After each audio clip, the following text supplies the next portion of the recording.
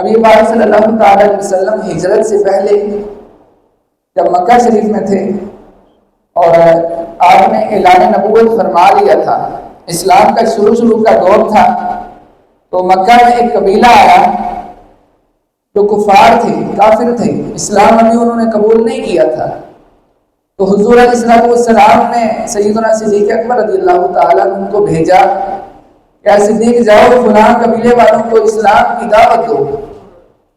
اب صدیق اکبر رضی اللہ تعالیٰ عنہ ان قبیلے والوں کے پاس گئے، قبیلے کے سردار سے ملاقات کی اور اسلام کی دعوت دی۔ تو قبیلے کے سردار نے کہا کہ آج کل ہماری فلاں قبیلے سے جنگ چل رہی ہے، تو ایک بار ہماری جنگ ختم ہو جائے، اس کے بعد ہم اس معاملے پر غور و فکر کریں گے۔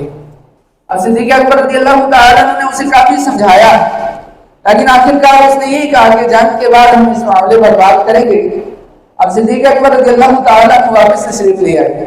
اب کچھ دنوں کے بعد جب اس قبیلے کی جنگ شروع ہونے والی تھی اور جس دن دونوں قبیلوں کے لشکروں کا آمنا سامنا ہونا تھا، تو جس قبیلے کے سردار کے پاس صدیق اکبر رضی اللہ تعالیٰ عنہ اسلام کی دعوت لے کر گئے تھے۔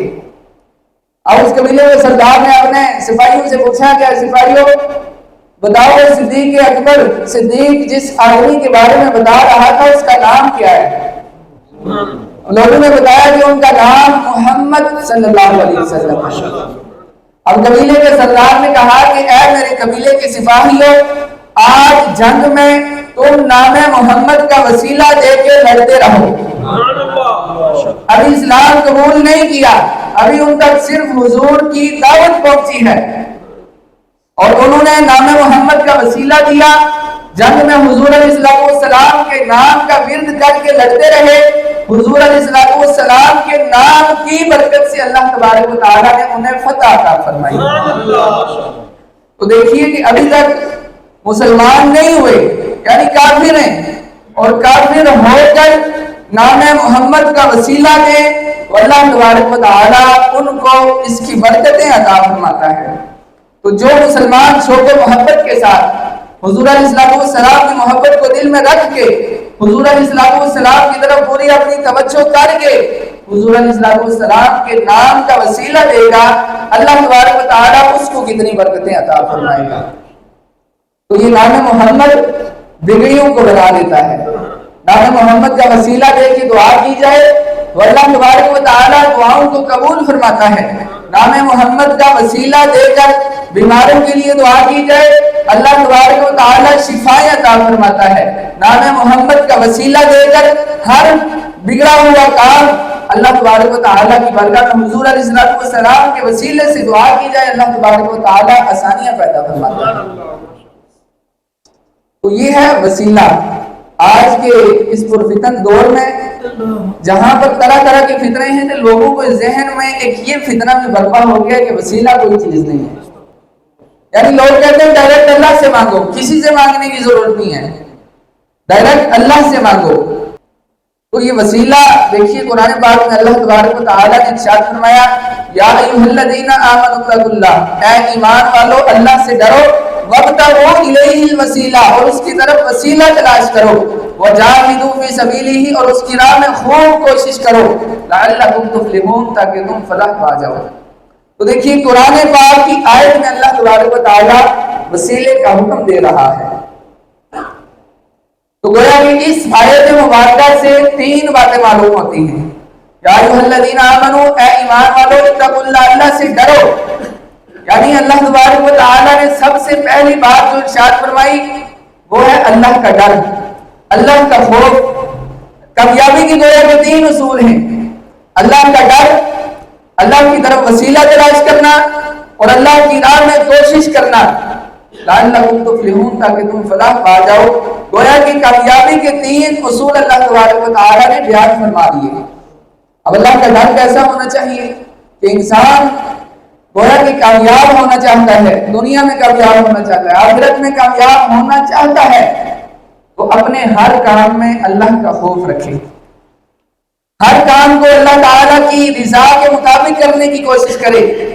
جس کام میں اللہ کا حکم ہے وہ کام کرے، اور جس کام سے اللہ تبارک و تعالیٰ کی ذات نے منع فرمایا ہے اس سے ہمیشہ باز رہے۔ مثلا انسان کاروبار کر رہا ہے تو اپنے کاروبار میں گناہوں سے بچتا رہے، سودی لین دین سے بچتا رہے، اسی طرح ناپ تول میں کمی کرنے سے بچتا رہے، دھوکہ دینے سے بچتا رہے. تو یہ ہے کاروبار میں اللہ سے ڈرنا. علم دین حاصل کر رہا ہے تو علم دین حاصل کرنے کے لیے اپنے استاد کا ادب ضروری ہے. اسی طرح جس سے پڑھ رہا ہے، جہاں پڑھ رہا ہے اس جگہ کا ادب ضروری ہے. جو علم حاصل کر رہا ہے اس پر عمل بھی کرے. تو یہ تمام تقاضے علم دین کے ہیں. اسی طرح انسان اپنی زندگی میں مختلف کام کرتا ہے، مختلف فنکشن ہو، شادی بیاہ کی رسومات ہیں تو ان میں ناجائز و حرام کاموں سے بچا جائے. یعنی جو بھی کام کرنا ہے اس میں اللہ تبارک و تعالیٰ کی رضا کو محفوظ خاطر رکھا جائے. تو یہ ہے اللہ کا خوف. اور جب انسان اس طرح اپنے تمام کاموں میں اللہ کی رضا کو محفوظ خاطر رکھے گا تو گویا کہ وہی انسان دنیا اور آخرت میں کامیاب ہے. اور پھر اس کے بعد دوسرا حکم کیا دیا؟ وَابْتَغُوا إِلَيْهِ الْوَسِيلَةَ، اور اس کی طرف وسیلہ تلاش کرو. تو گویا کہ قرآن پاک سے وسیلے کا ثبوت ہمیں ملتا ہے. اور پھر احادیث مبارکہ پر آیا جائے تو بخاری شریف کی حدیث ہے، نبی پاک علیہ السلام نے پچھلی امتوں کا ایک واقعہ بیان فرمایا. حضور علیہ السلام فرماتے ہیں کہ 3 شخص کہیں سفر پر جا رہے تھے. بخاری شریف کی حدیث ہے. اب یہ لوگوں کو گمراہ کرتے ہیں کہ قرآن میں کوئی وسیلے کا ثبوت نہیں ہے، حدیث میں کوئی وسیلے کا ثبوت نہیں ہے. تو میں نے آپ کو پہلے قرآن کی آیت سے دلیل دی، اب بخاری شریف کی حدیث سنیے گا. حضور علیہ السلام نے فرمایا کہ 3 لوگ پچھلی امتوں کے کہیں سفر پر جا رہے تھے. اچانک آندھی آئی، تیز بارش ہونے لگی. اب وہ لوگ آندھی سے، تیز بارش سے بچنے کے لیے ایک پہاڑ کے نیچے ایک غار میں انہوں نے بنا لی. اب جب وہ غار کے اندر داخل ہوئے تو تیز بارش کی وجہ سے اس غار کا منہ پتھروں کی وجہ سے بند ہو گیا. اس غار کا ایک پتھر ٹوٹا، غار کا منہ بند ہو گیا. اب وہ تینوں لوگ آپس میں باتیں کرنے لگے کہ آج ہم اللہ تبارک و تعالیٰ کی بارگاہ میں اپنے کسی نہ کسی نیک عمل کے وسیلہ دے کر دعا مانگتے ہیں. شاید اللہ تبارک و تعالیٰ اس نیک عمل کی برکت سے ہماری دعا کو قبول فرمائے اور ہم جہاں پر اس غار میں قید ہو چکے ہیں اس سے ہمیں نجات عطا فرمائے. اب ان تینوں لوگوں نے آپس میں یوں باتیں کی تو سب سے پہلے آدمی نے اللہ تبارک و تعالیٰ کی بارگاہ میں یوں دعا کی کہ الہ العالمین، میں اپنے والدین کا فرمانبردار ہوں، میں اپنے والدین کے ساتھ اچھا سلوک کرتا رہا ہوں. یا الہ العالمین، میرے اس نیک عمل کی برکت سے ہمیں اس غار سے نجات عطا فرما. اب جو ہی اس نے یہ دعا کی تو اس غار کے دروازے پر جو بڑا پتھر آ گیا تھا وہ تھوڑا سا سرک گیا.